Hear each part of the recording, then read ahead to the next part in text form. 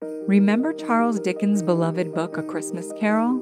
The story takes place on Christmas Eve in London in the early 1800s. Ebenezer Scrooge was oblivious to the fact that he was on a terribly wrong path, one marked by bitterness and greed.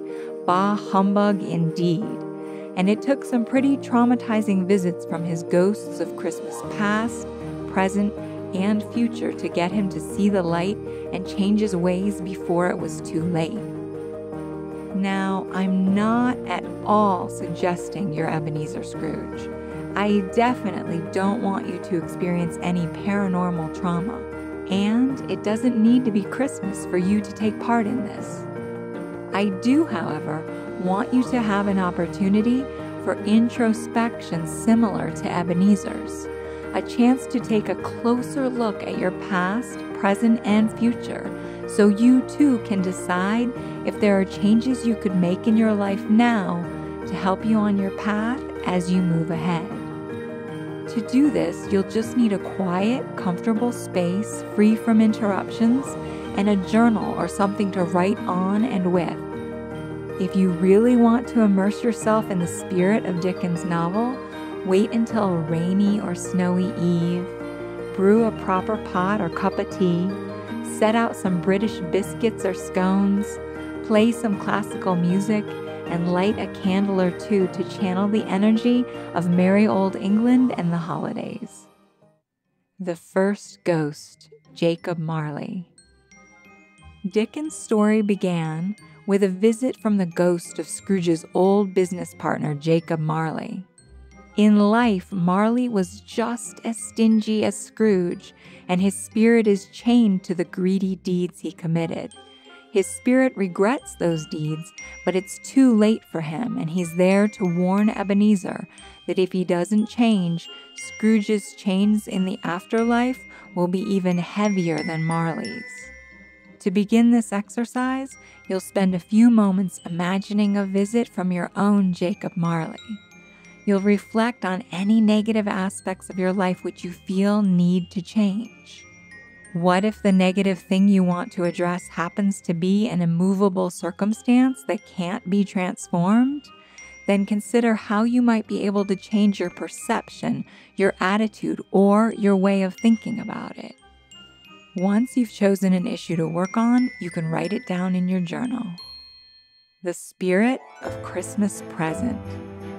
Now, the ghost of Christmas Present was a huge apparition of generosity and abundance, and took Ebenezer high into the clouds to give him a look at life taking place in that Christmas Eve moment.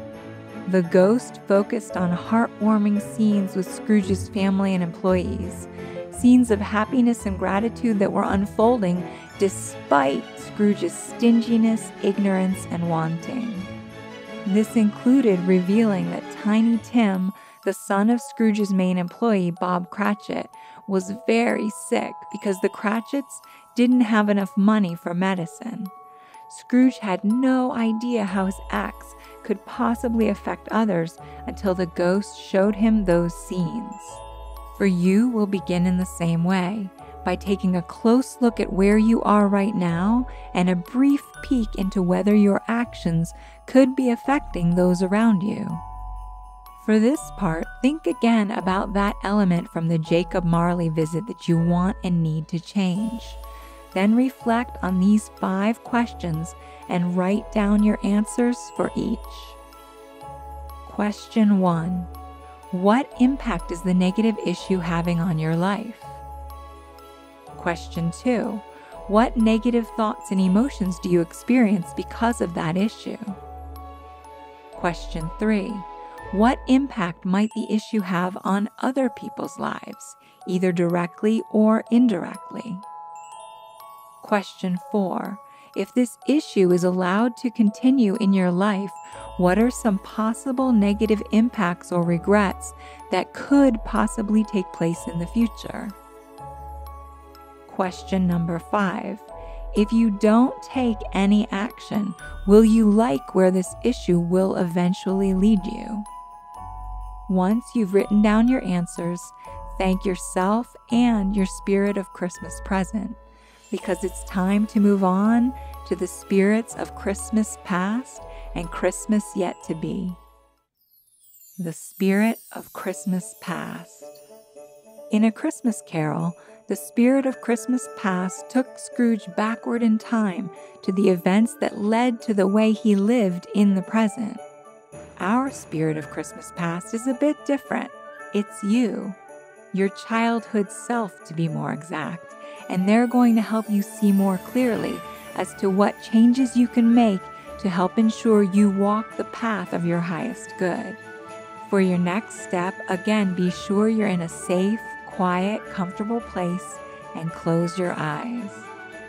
Imagine yourself as you were when you were a small child, in a place where you were the happiest and most content, at a time when you felt like you were on top of the world. It doesn't need to be an entire period in your childhood. It can be just a single event or one memorable moment that carries the thoughts and feelings of childhood happiness and contentment with it. When you locate that place and time in your mind, keep your eyes closed and visualize your childhood self in that space. Reflect for a few moments about what you were like as that child. Then visualize your adult self there too.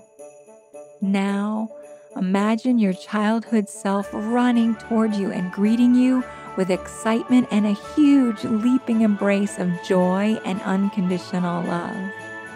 Picture and feel that embrace and note in your mind any thoughts or feelings that surface as a result. Next, ask yourself these questions about yourself as that child, and as you receive each of the answers, write them down. Question number 1. What brought you happiness during that time? Question number 2. What did you absolutely adore about life back then?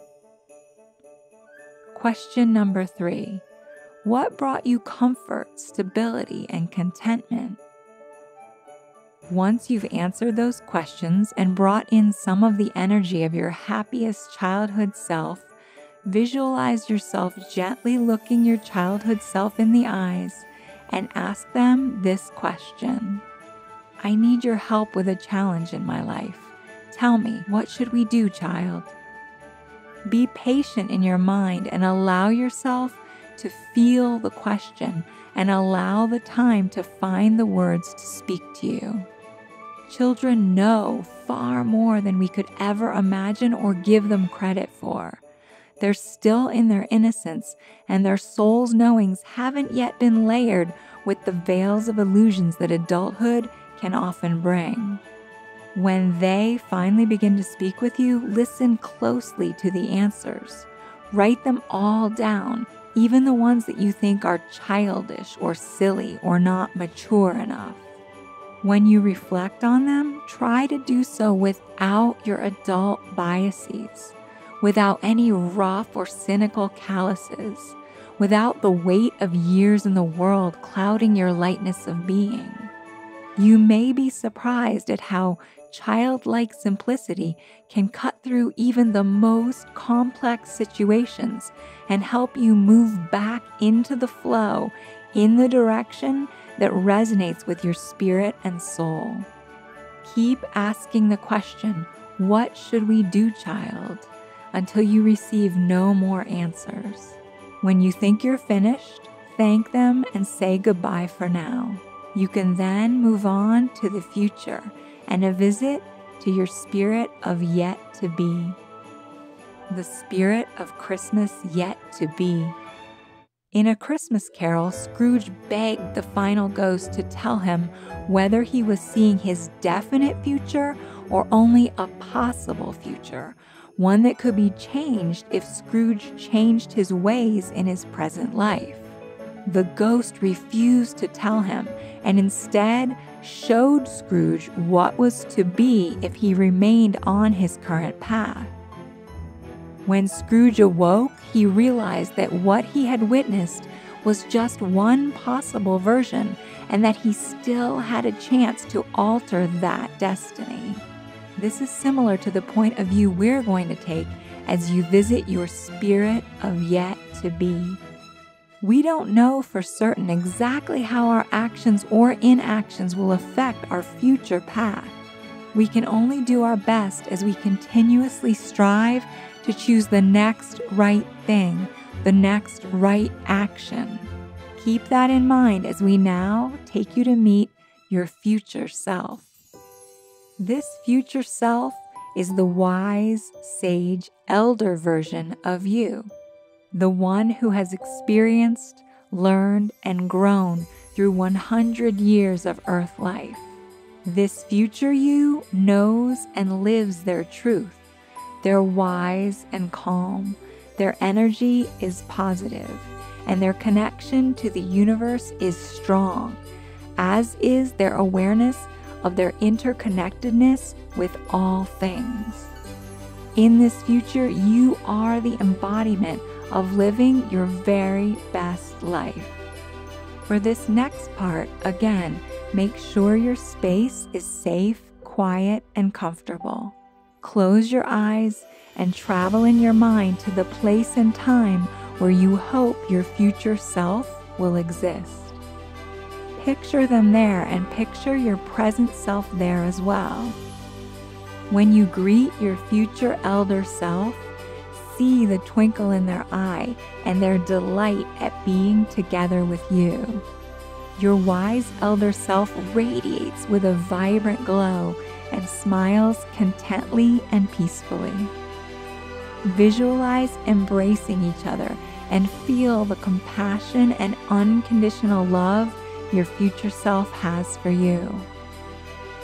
Now, ask yourself these questions about your future elder self, and as you receive each of the answers, write them down. Question number 1.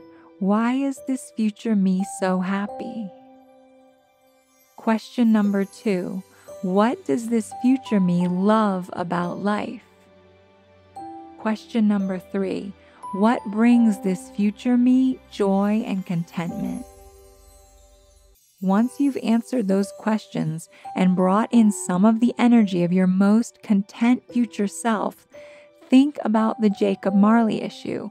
Then visualize yourself asking your future self this question.